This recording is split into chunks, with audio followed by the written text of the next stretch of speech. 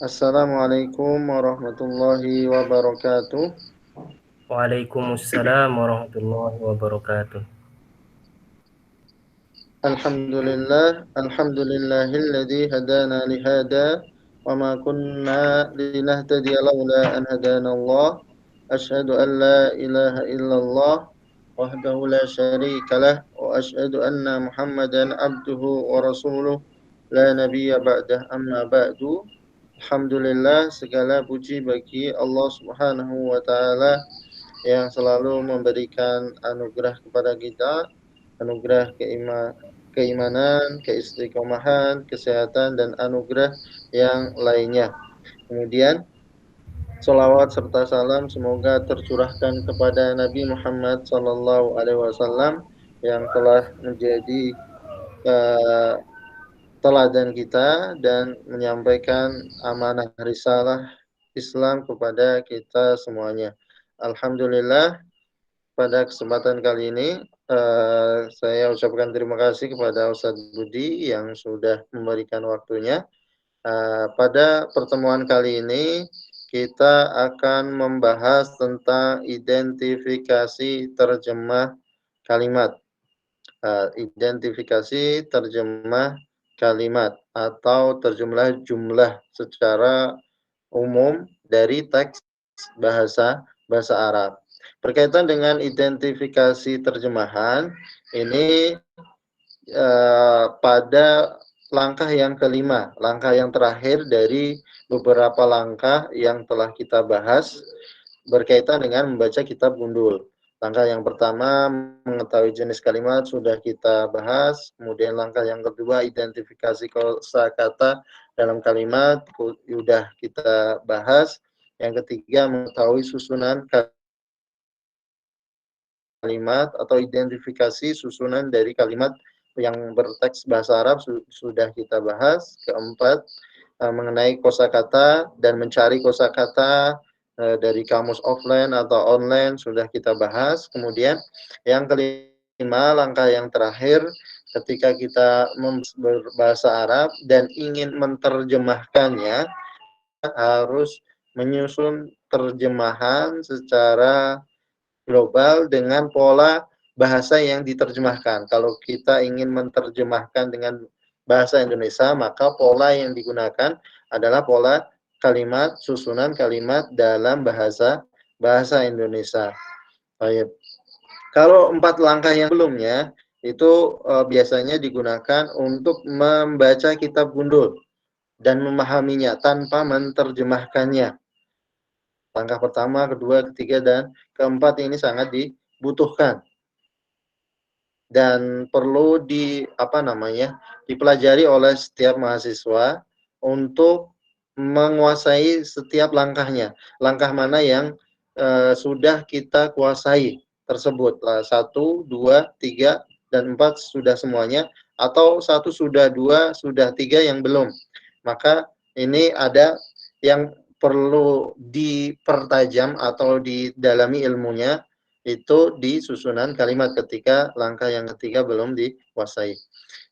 Akan tetapi ketika kita ingin menerjemahkan, ini langkah yang kelima, kita harus mengetahui menyusun terjemahan kosakata yang sudah kita ketahui dalam teks bahasa Arab, kita terjemahkan dengan bahasa Indonesia. Bagaimana menerjemahkan? Di sini saya sebutkan tentang model penerjemahan. Ada 2 model penerjemahan teks berbahasa Arab. Ada 2 model. Suara Anda jelas, Ustadz Budi? Jelas Ustadz, jelas. Jelas.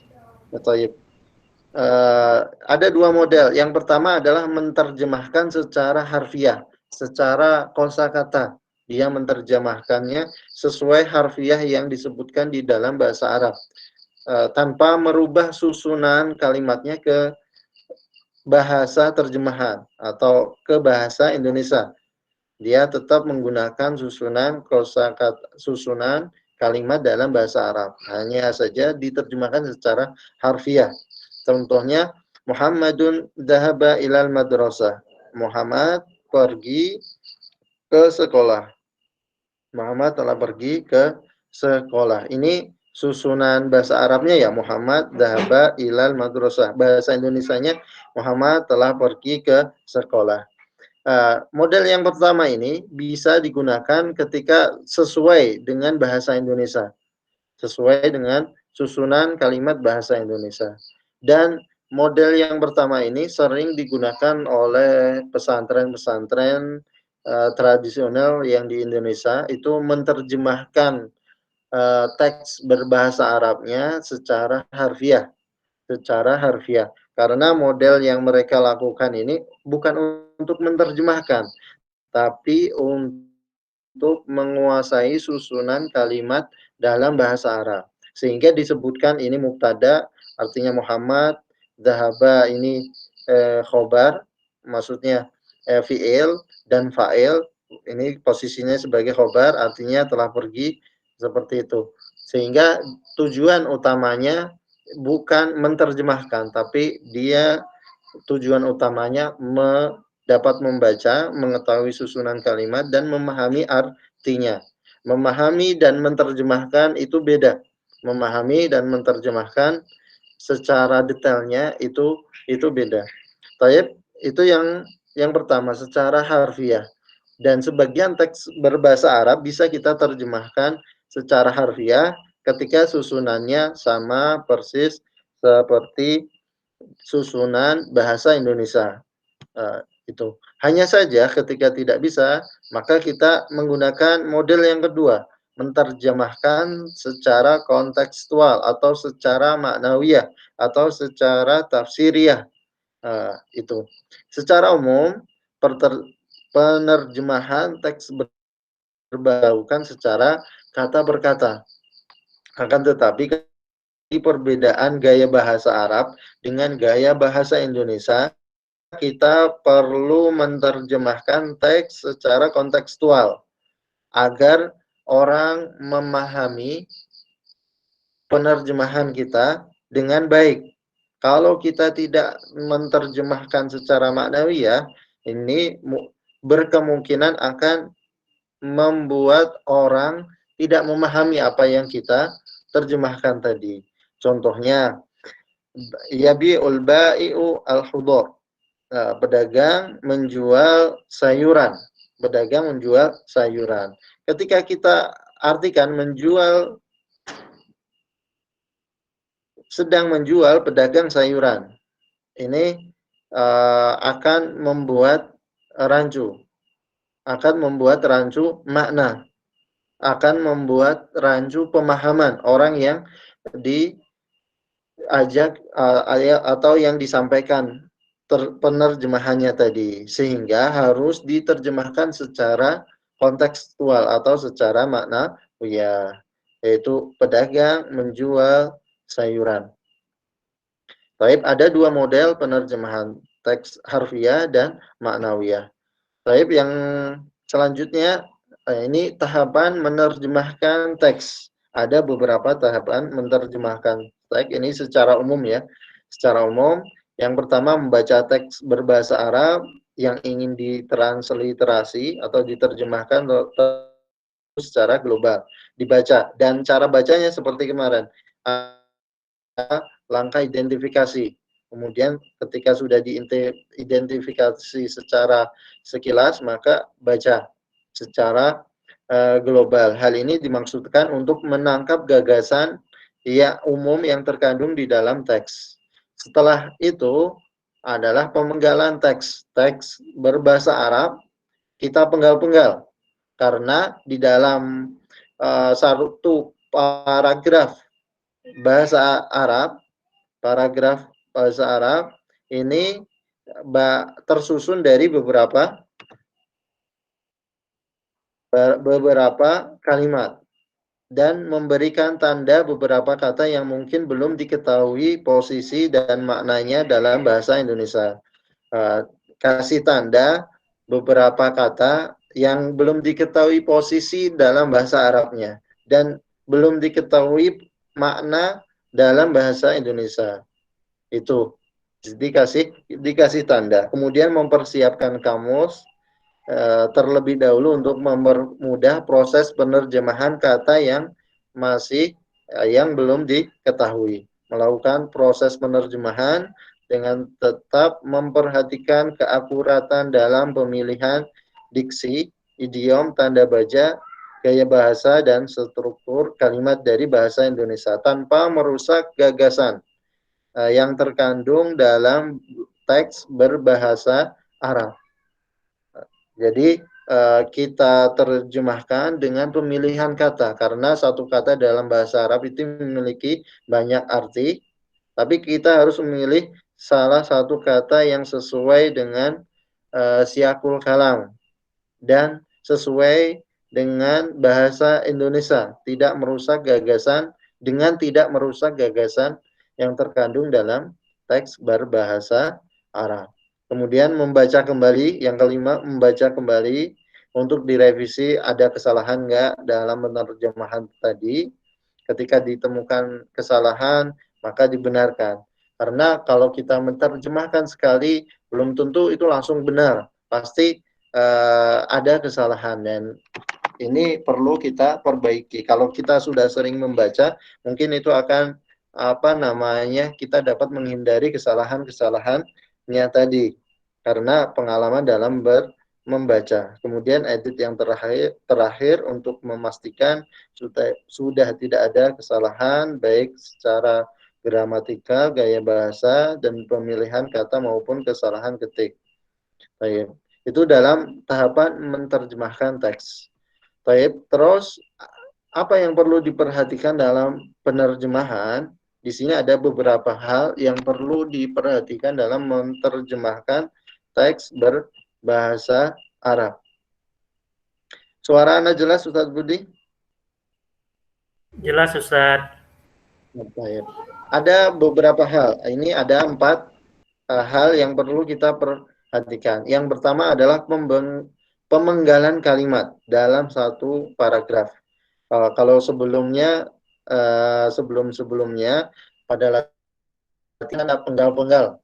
Satu kalimat saya penggal, kalau enggak cukup karena menggunakan PowerPoint ya di slide selanjutnya. Tapi intinya adalah kita memenggal agar tahu kalimat-kalimat, kita membedakan antara kalimat satu dan kalimat yang lainnya dalam satu paragraf. Baik. Kemudian yang kedua tentang pengurangan kata. Ada kata-kata yang di dalam bahasa Arab nggak perlu diterjemahkan. Kalau diterjemahkan malah akan membuat bingung orang yang mendengar kan terjemahan kita atau yang membaca terjemahan kita. Kemudian yang ketiga ada kata-kata yang perlu ditambahkan. Mungkin kalau di dalam bahasa Arab itu sudah maklum, nggak disebutkan dalam teks bahasa Arab. Tapi di gaya bahasa Indonesia itu perlu dimunculkan tanpa merusak kandungan makna gagasan yang ada dalam teks berbahasa Arab.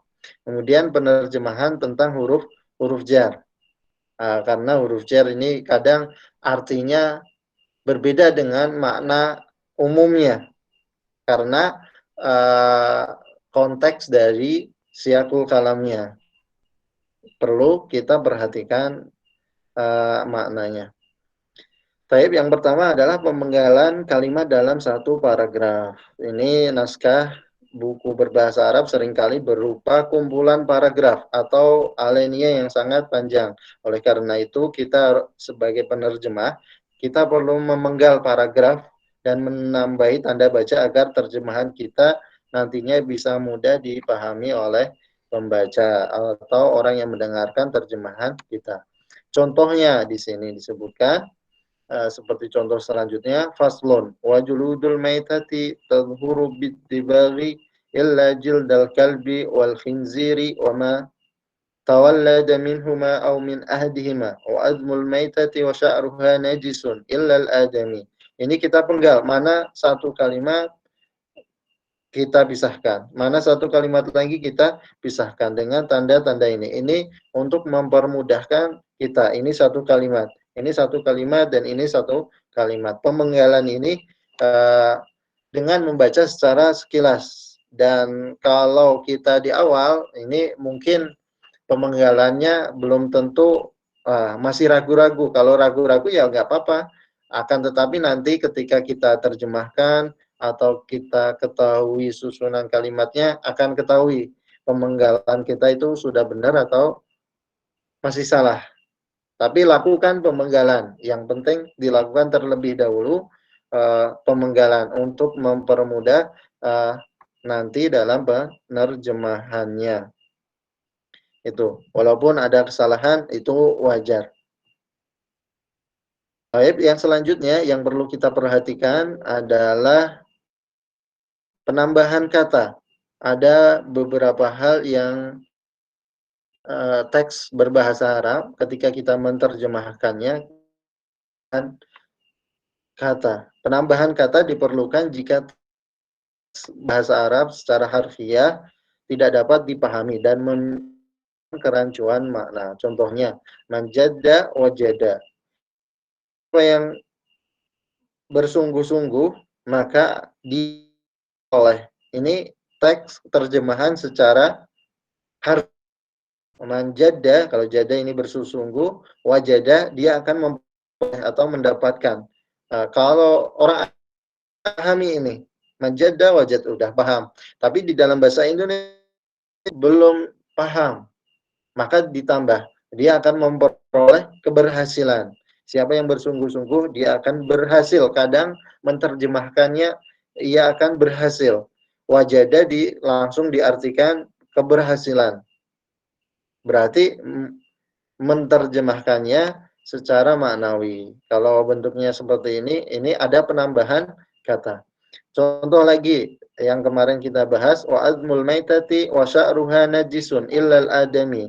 Adapun tulang dan rambut bangkai itu najis kecuali tulang dan rambut manusia.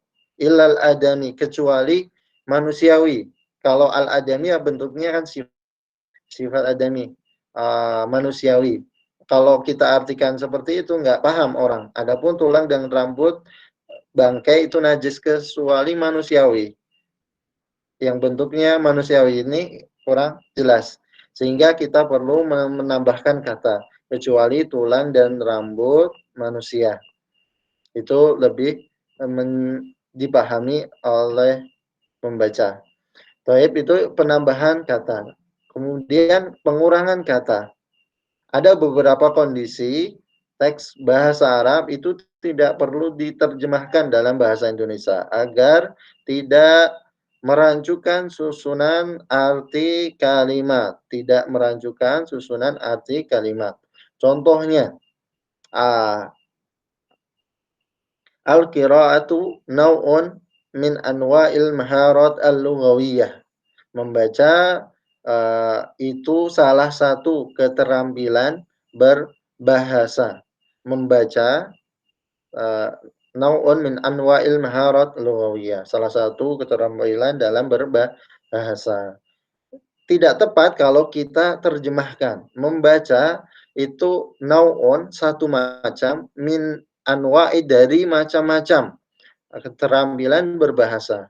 Ini kurang dipahami. Satu macam dari macam-macam atau bertele-tele lah penerjemahannya.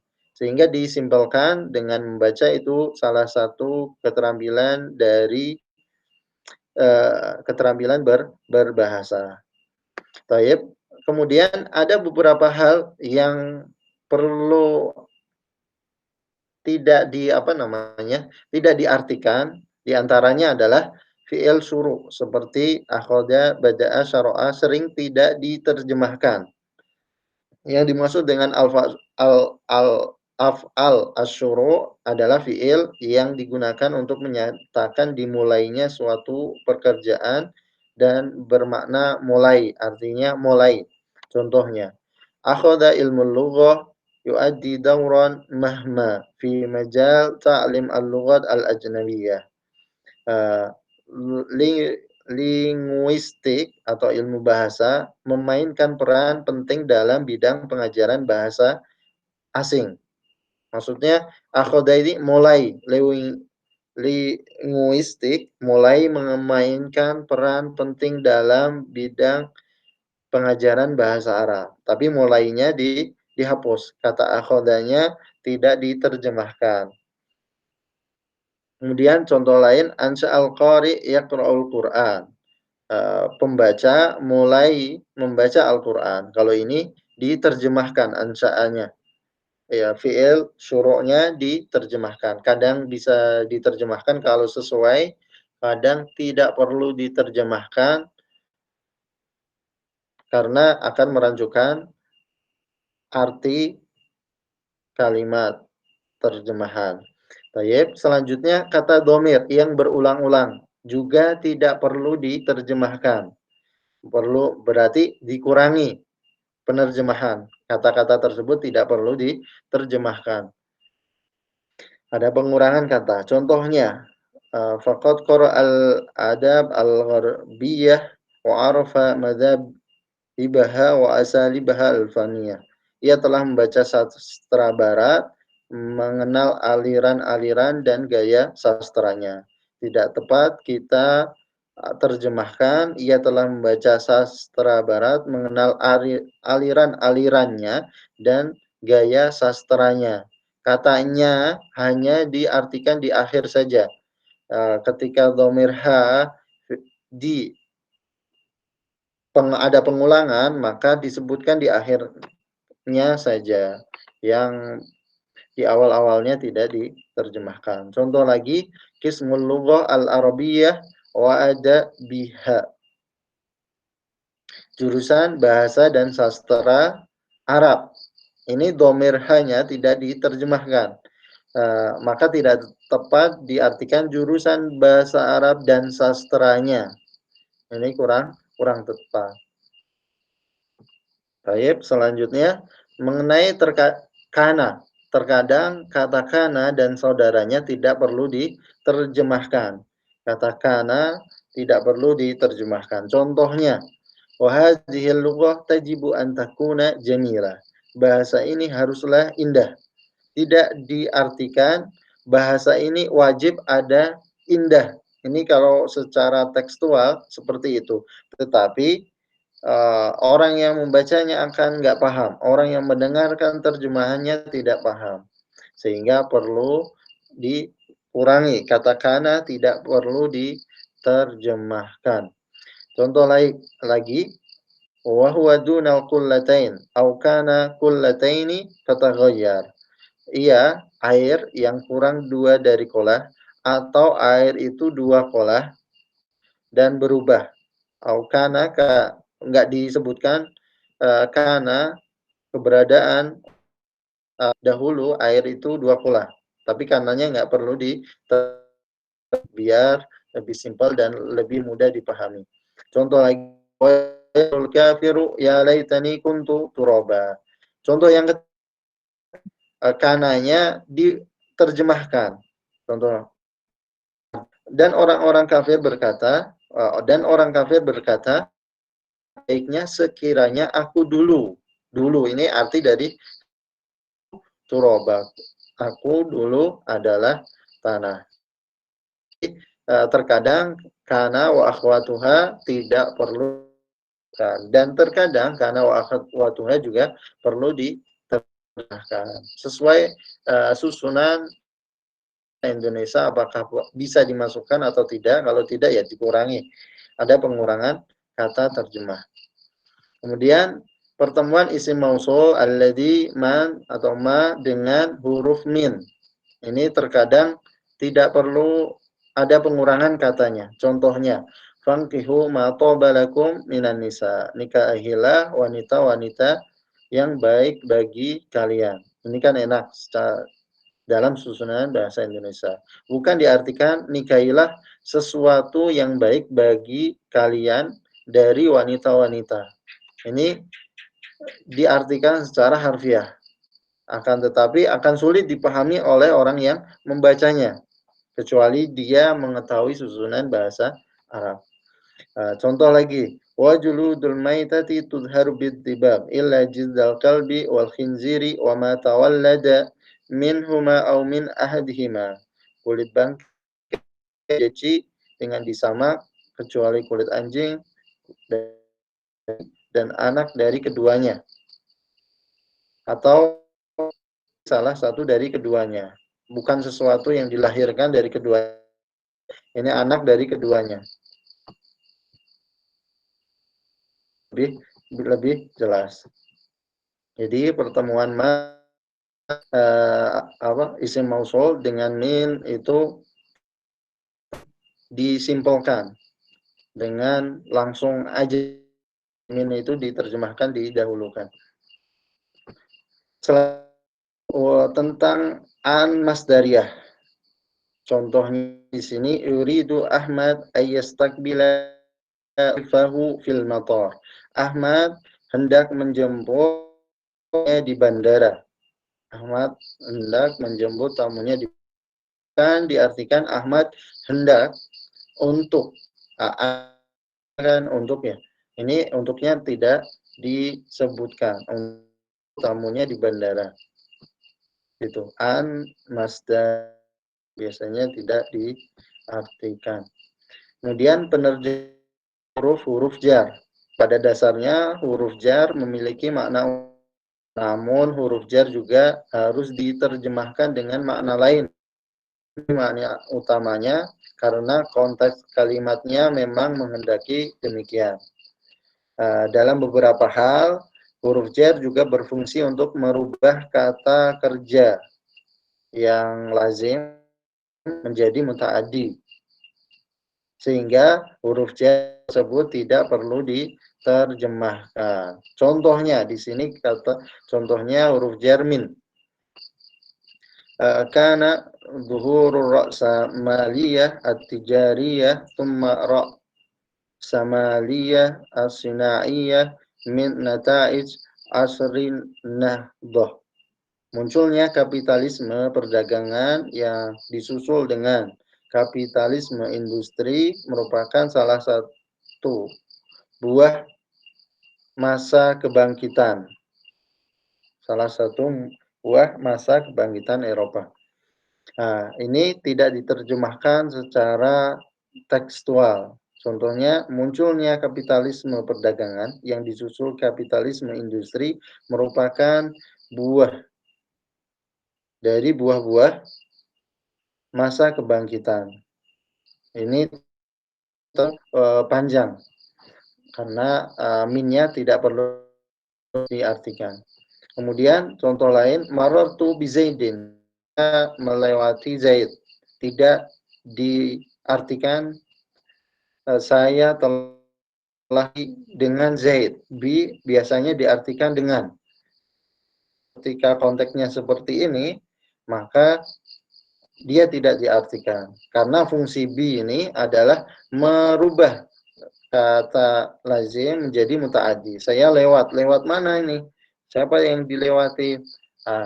Karena marartu ini fi'il lazim, maka butuh huruf jar untuk merubah menjadi itu secara bahasa Arabnya. Baik, itu yang perlu diperhatikan berkaitan dengan menerjemahkan bahasa Arab ke dalam bahasa Indonesia. Perubahan gaya bahasa perlu dipertimbangkan. Baik, semoga bermanfaat. Selanjutnya, sebelumnya saya memberikan tugas kepada mahasiswa untuk berlatih dalam membaca teks bahasa Arab ini agar berlatih untuk dapat mengidentifikasi mana kalimat, mana fi'liyah, ini isim atau huruf, ini susunannya apa, mubtada, khobar, fa'il, seperti itu. Baik. Ada yang bantu saya untuk membacakan di sini? Silakan Bapak Ibu yang mau belajar membaca, silakan.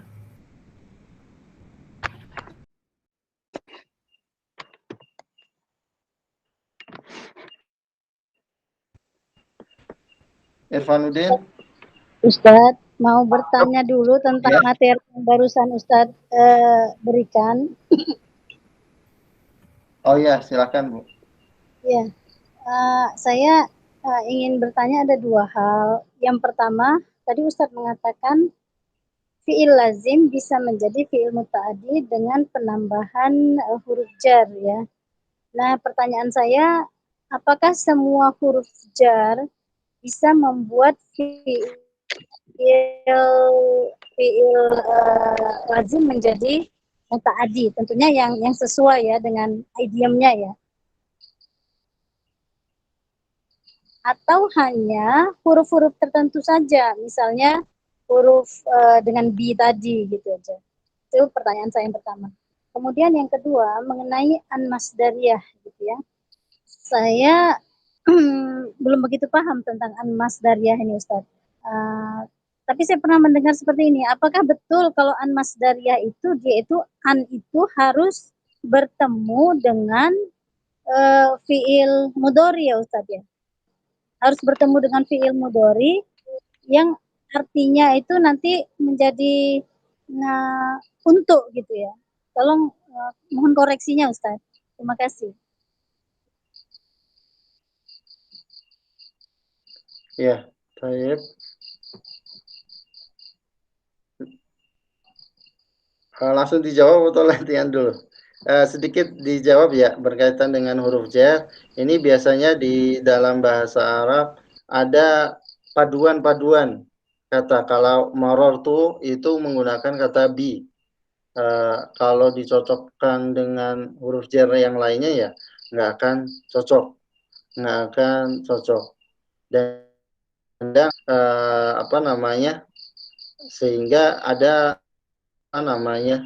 ada paduan khusus. Kalau fiil jar-nya ini, kalau fiil ini huruf jar-nya yang digunakan orang Arab seperti ini, kayak roghiba an, kadang menggunakan kata an, kadang roghiba, kadang menggunakan fi. Itu. Jadi penggunaan biasanya digunakan oleh orang Arab, memiliki paduan susunan atau kecocokan penggunaan fiil dengan huruf jarnya. Ada. Biasanya di kamus bahasa Arab seperti kamus Munawir, ketika bertemu huruf jar ini maka artinya seperti ini. Ini ketemu huruf jar ini maka artinya seperti ini. Sehingga huruf jar tadi tidak semua huruf jar bisa dimasukkan.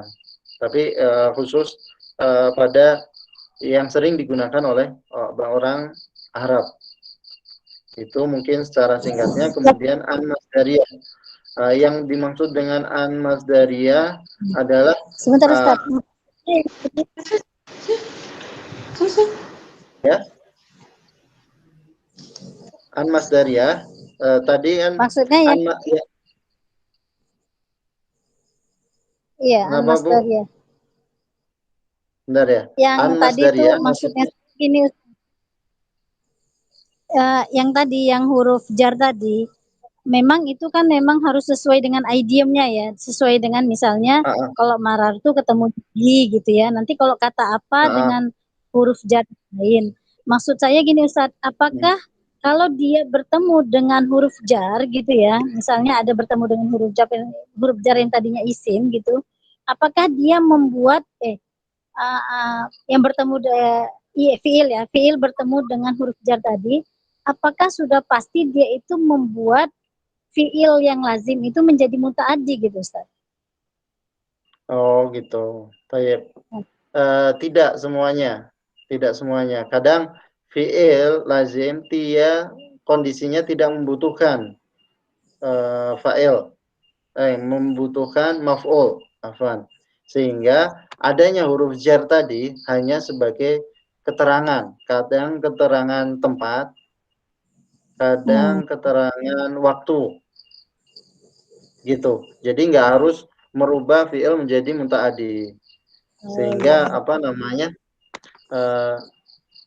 contohnya tadi saya pergi ke sekolah. Ini kan keterangan keterangan tempat. Saya duduk di atas kursi. Jalas tu alal kursi. Saya duduk. Jalasnya tetap lazim, nggak membutuhkan objek. Hanya saja kadang membutuhkan keterangan. keterangan waktu atau keterangan tempat. Gitu.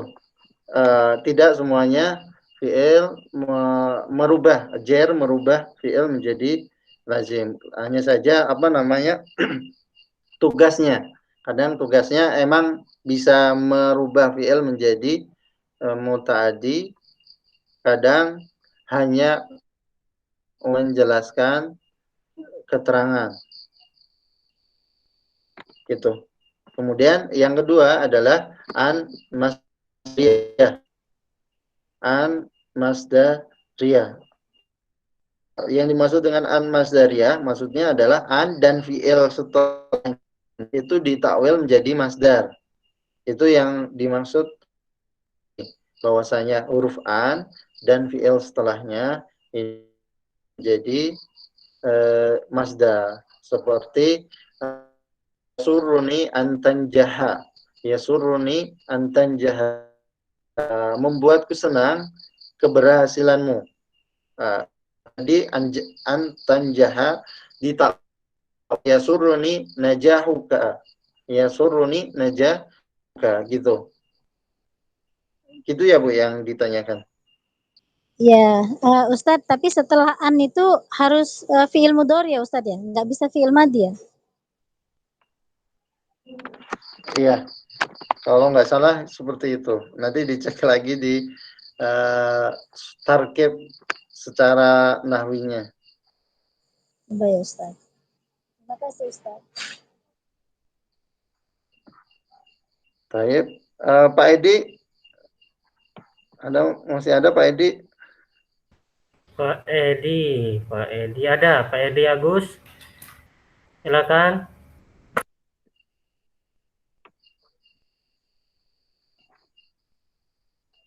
Irfan. Baik, hadir Ustaz. Pak Edi diam-diam baik. Pak Edi. Ya, Ustaz. Bisa dibantu baca di sini? Ya, Taib. Ini mata Nabi Suja, Ustaz ya? Iya, betul. Taib. Faslun. Baca saja, Ustaz. Baca aja dulu, nanti saya tanya-tanya. Nah. Faslun. Wa furudul wudu'i sittatu asya'in. An-niyatu inda ghuslil wajhi wa ghuslul wajhi wa ghuslul yadaini ma'al mirfaqaini wa mashu ba'dir ra'si wa ghuslur rijlaini ilal ka'baini wa tartibu ala ma dzakarnahu wa sunanuhu asyaratu asya'in at-tasmiyatu wa ghuslul kaffaini qabla idkhalihimal ina'a wal madmadatu wal istinsyaku wa mashul udunaini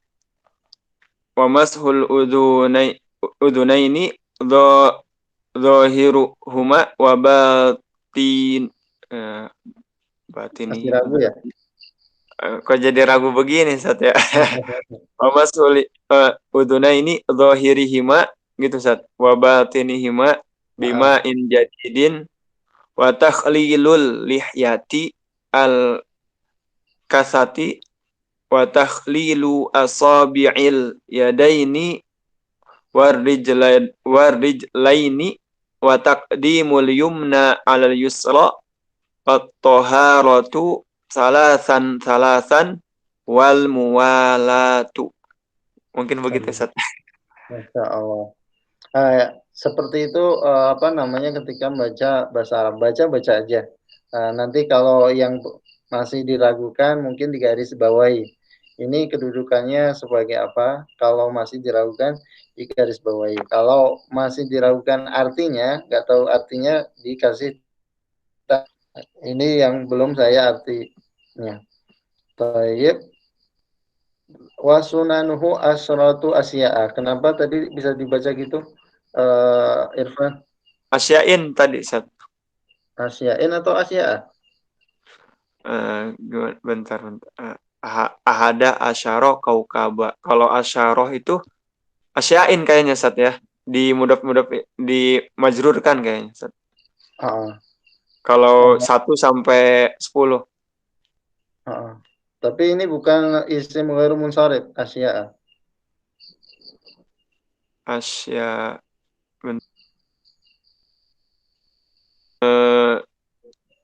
ghairu munsharif Sat ya. Sigoh apa Sat? Muntahal jumu apa? Setatu asya'a. Salah satu masajida. Kayak gitu Sat ya. Baik, mungkin itu nanti ya. Yang intinya sunanuhu dibaca marfu ya. Kenapa? Marfu Sat. Sunanuhu. Kenapa? Ghairu munsharif ya Ustaz. Karena ada hamzahnya ya. Yang menunjukkan dia mu'annas ya. Iya. Betul, Bu. Wa Tadi sunanu. Nah, Ustaz. Jadi sunanuhu asalnya itu wa sunanul wudu'i, Ustaz. Hu-nya itu kembali domirnya ke wudu. Wa sunanul wudu'i. Jadi dia seperti yang wa furudu, Ustaz, bacanya. Jadi maktufnya ke furud ya, sunannya maktufnya ke furud. Jadi domirnya kembalinya ke wudu gitu. Nah, Ustaz, bisa. Jadi wawunya itu bisa wawu ataf atau wawu istinaf juga bisa, Ustaz ya. Jadi kalau atof berarti atofnya jumlah. Jumlah di sini ini atofnya jumlah. Jadi setelah kewajiban baru sunahnya gitu. Ya gitu, Tartib. Ustaz. Ustadz, tapi kan itu nggak bisa Asia, iya Ustadz, karena dia ghairu munsharif kan nggak bisa berbaris kasroh. Iya betul Ibu. Nah, makanya tadi saya tanya ini asya'in atau asya'a. Walaupun dia mudhaf ilaih, ketika ghairu munsharif kan majrurnya itu dengan fathah. Nah, Ustaz. Kemudian tadi dibaca wa mashul udhunaini dhahirihima wa batinihima. Ya, sebelum itu. Ya, Ustaz. Kenapa kok dibaca dhahirihima wa batinihima? Jadi wa mashul udhunaini dhahirihima maksudnya dhahiri al-udhun, maksudnya himanya kan ke udhunain, Ustaz. Maksudnya gimana ya? Dan membasuh dua telinga, mengusap telinga luar dan dalam, luar telinga dan dalam telinga. Itu masuknya ke posisinya sebagai apa? Naat apa Ustaz ya? Sebagai naat ya, Ustaz ya. Ya, sebagai naat. Yaitu sifat yang dibasuh adalah yang luar dan yang dalam gitu. Baik. Kemudian tadi dibaca wa ghaslul kaffaini qabla idkhalihima al-ina'a. Ina'a. Ini kok baca ina'a? Jadi kalau idkhal kan asalnya dia itu kan masdar setia adkhala yudkhilu idkhalan. Jadi akroma yukrimu ikroman. Artinya memasukkan. Jadi kalau memasukkan kan dia fiil muta'addi ya. Kalau asalnya kan fiil ya. Jadi kan dia harus ada maf'ulun bih ya, wajib gitu. Jadi memasukkan tangannya memasukkan kedua kafain telapak tangan ya Sat ya. Humanya ke kafain ya. Al-ina'a gitu. Jadi maf'ulnya tuh ada dua gitu, maf'ulun bihnya. Jadi wallah alam Sat, ada pernah dengar itu isim fiil apa bagaimana ya? Lupa lagi Sat. Al-ina'a dibacanya gitu Sat. Qabla idghalihima. Kalau qabla kan mudhaf. Idghalihima mudhaf ilaih. Hima mudhaf ilaih ya. Idkhal mudah. mudhaf, ina mudhaf ilaih. Al-ina'ah sebagai maf'ul. Maf'ul dari mana? Maf'ul dari idkhal. Karena idkhal ini memiliki beramal seperti amalnya fi'il. Ketika tadi seperti amal fi'il, maka membutuhkan maf'ul. Sehingga adanya memasukkan kemana? Memasukkan ke ina. Ya. Ya, seperti itu, ya. Kalau qoblanya dzaraf Ustaz ya. Ya. Tapi setelahnya jadi jadi kayak mudhaf ilaih gitu Ustaz ya. Mudhaf, ya, dzaraf dan sebagai mudhaf. Idkhal lima mudhaf ilaih sebagai mudhaf juga. Nah, Baik, satu lagi pertanyaan. Wa taharatu salasan.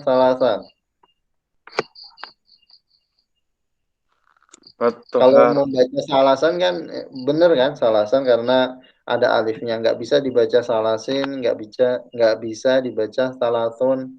Tapi posisinya sebagai apa ini?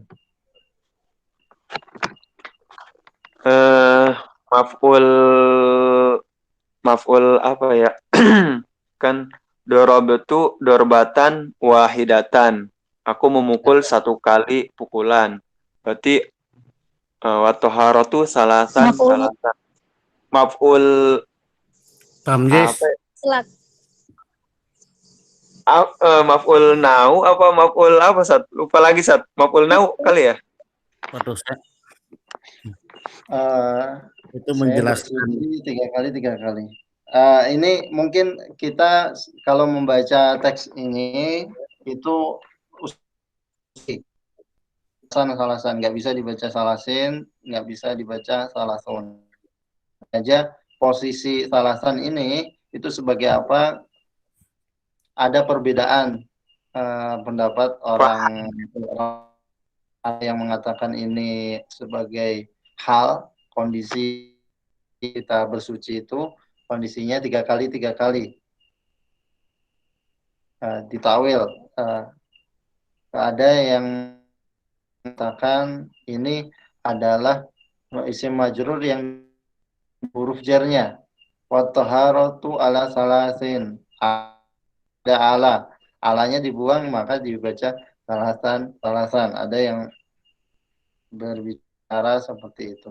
Al-muhim kalau kita sudah pasti ini bacanya salasan ya udah, untuk posisinya nggak tahu ya nggak apa-apa lah. Kadang di situ tidak diperlukan kita mengetahui secara detail posisi salasan ini sebagai apa. Akan kalau membacanya ya sudah paham, bersuci tiga kali. Baik, syukuran ini sudah membacakan secara detailnya di sini saya sebutkan wasunanuhu asyratu asya'a. Ini huruf athof tadi disebut ini sebagai mubtada, mudhof, hunya mudhof sebagai khobar, asya'a sebagai mudhof ilaih, asyratu khobar dan sebagai mudhof, asya'a mudhof ilaih. Baik, nanti bisa. Intinya di sini ketika kita ingin menerjemahkan teks bahasa Arab ke dalam bahasa Indonesia, maka kita hal tadi bisa model tekstual, bisa model kontekstual, secara harfiah atau secara maknawiyah. Ini ada kalau kita baca ya baca dengan identik 5 hal tadi, kalimat, susunan kalimat, arti kosakata dan penerjemahan. Dengan 5 hal tadi, langkah 5 hal tadi, insya Allah ketika kita membaca, insya Allah lebih tepat menghindari dari kesalahan-kesalahan yang banyak. Walaupun dalam mengetahui susunan kalimat kita ada yang kurang. Dengan kurangnya tadi bisa dilengkapi dengan arti kosakata. Ini akan membantu posisi dia dalam memahami teks berbahasa Arab, sehingga akan memudahkan dalam membaca bahasa Arab, mengetahui 5 langkah tadi. Kesimpulannya di sini ada yang kita artikan secara kontekstual. Contohnya tasmiyah kan sama tasmiyah, yaitu menamakan. Hanya saja tasmiyah ini lebih dikenal dengan istilah membaca bismillah, at-tasmiyah, membaca bismillah. Taib, itu ada beberapa yang diartikan secara kontekstual.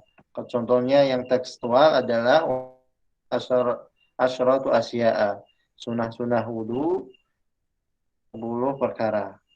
Kalau diartikan dan sunah-sunahnya juga bisa, asal sebelumnya. Kalau nggak nyambung ya perlu disebutkan kata. Baik, mungkin jelaskan secara rinci karena waktunya sudah mepet. Kita langsung aja ya. Ada pertanyaan lagi? Nanti bisa dibaca Ustaz, penjelasannya di. bertanya Ustaz Irfan. Iya, silahkan Irfan. Ya. Insya Allah Pak Tadi Edi kan menjawab. Pak Edi menjawab. Ini tadi Asy'ari kan jama' taksir itu kan macam-macam Ustaz ya, banyak ya. Taksir ya, pecah gitu kan. Kan ada mudzakkar, ada muannas ya. Kalau taksir kan macam-macam tuh. Nah, yang dimaksud dengan sigoh muntahal jumu itu bagaimana Ustaz ya? Ana kayak lupa-lupa dan kurang paham gitu. Sigoh muntahal jumu Ustaz. Bagaimana ya? Syukran Ustaz, jazakallah. Muntahal jumu. Gimana Pak Edi? Lupa juga, Ustaz. Tadi ketiduran. Waduh, Pak Edi. Si Gomutal Jumuk tadi saya lupa juga. Tapi kalau tadi yang apa tuh menjelaskan hitungan tuh bukan al-hal itu kalau nggak salah tamyiz ya, yang menjelaskan hitungan misalkan timbangan 10 kilo atau beras 10 kilo. Untuk hitungan itu khusus itu yang salah tadi kalau nggak salah tamyiz saya lupa. Kalau Hal yang ini itu kalau itu. Kalau hal itu keterangan itu apa? Kan kalau saya tuh keterangan biasa, tapi kalau yang utah hitungan timbangan, penjelas timbangan itu lain lagi. Saya nggak bawa bukunya sih jadi agak bingung ini, lupa. Masya Allah Pak Edi. Ustadz, coba Ana jawab ya yang dibilang Irfan tadi ya, nggak tahu benar apa Ya, enggak. silakan. Jadi kalau yang namanya jamak taksir itu sudah pasti dimuannaskan. Jadi dia itu nggak bisa muzakkar. Jadi hukumnya kalau dia udah jamak taksir dia udah muannas. Nah, kemudian apa sih yang disebut dengan muntahal jumur itu? Sigoh muntahal jumur. Muntahal jumur itu adalah sikot muntahal jumur itu adalah isim jamak taksir yang dia itu mempunyai pola-pola tertentu. Misalnya yang pola mafa ilu ya, misalnya masa jidu gitu. Atau dia mempunyai pola-pola yang seperti pola-pola fiil gitu. Benar nggak Ustaz? Mohon konfirmasi Ustaz. Ya, ada pola-polanya seperti kalau menyerupai kayak fi'il seperti masa jida, masa mafailu itu ghairu munsharif. Kemudian yang dikatakan muntahal jumu, kalau secara harfiahnya muntaha itu yang paling banyak, jamak yang paling terakhir, itu yang menunjukkan sangat banyaknya gitu. Itu secara harfiahnya bahwasanya sigot muntahal al-jumu, muntaha jamak yang sigot yang jamak yang paling akhir atau yang paling banyak. Itu secara harfiahnya. Mungkin nanti bisa dibahas secara detail lagi berkaitan dengan jamak taksir. Tapi kemudian yang Pak Edi tadi bisa dikatakan tamyiz atau dikatakan tadi maf'ul mutlak ya. Tapi yang saya temukan kalau baca orang-orang yang lainnya mengi'rab Itu ada yang mengatakan ini naibul fa'il mutlak, naibnya toharotan, naib pengganti dari maf'ul mutlak. Kemudian yang kedua isim majrur yang huruf jarnya dihilangkan. Ada yang mengatakan seperti itu. Kemudian ada juga yang mengatakan yang mengatakan bukan ana tapi orang lain ketika dia mengi'rab kalimat kata ini. Gitu Pak Edi. Jadi ada banyak yang versinya. Hanya saja yang perlu kita lakukan adalah ini tetap dibaca salatan. Itu nggak ada yang yang berbeda pendapat. Nggak bisa dibaca salasin atau salasun. Tetap ini karena tulisannya seperti ini ada alif di akhirnya, maka sepakat semuanya baca salasan. Ketika kita baca ya wa taharatu salatan salatan. Posisinya seperti apa sebagaimana, itu nggak masalah dilewat. Yang penting Pembahasannya, artinya tiga kali. pembahasannya di mansubun Sat ya, ada 13. Ya. Iya. Ya, di mansubun. Tapi karena Mansub. dia hal ya Ustaz ya. Kalau hal kan dia nasab Ustaz. Iya. Khilafiyah. Semuanya maf'ul mutlak juga nasab, hal juga nasab, kemudian tamyiz juga nasab. Itu mah khilafiyah orang yang i'rab. Terkadang i'rab itu nggak kita butuhkan dalam menerjemahkan karena perselisihan yang terlalu filosofis atau kita yang ambil yang simpel-simpel aja dan mudah dipahami oleh orang yang membaca terjemahan kita. Itu. Jangan terlalu berlarut-larut dalam membahas ini benar nggak posisinya ini sebagai hal atau sebagai tamyiz. Padahal hal itu adalah bagian dari sejumlah yang perlu kita terjemahkan. Yang perlu kita baca itu apa? Banyak kita baca aja. Kemudian kita terjemahkan. Mengenai untuk satu persatunya, kalau kita nggak mengetahui secara detail, tapi secara umum kita mengetahuinya. Yang penting secara umum kita sudah mengetahuinya. Kurang lebihnya seperti itu. Agar kita tidak terhambat dalam membaca kitab atau menerjemahkan kitab. Intinya ini Ustaz ya, al-khuruj minal khilaf mahmud Ustaz ya. Ya, kita keluar dari khilaf yang mereka lakukan.